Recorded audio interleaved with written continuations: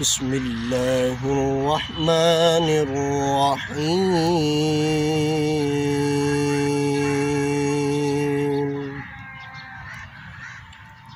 ألا إن أولياء الله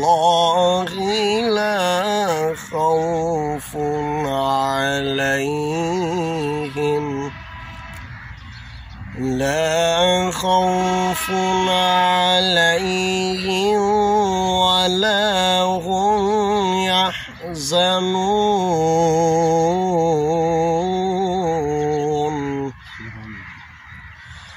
الذين آمنوا وكانوا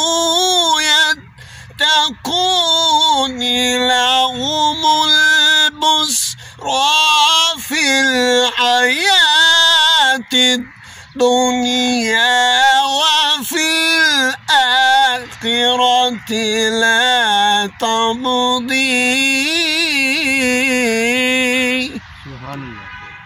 لا تبديل لكلمات الله ذلك هو الفوز العظيم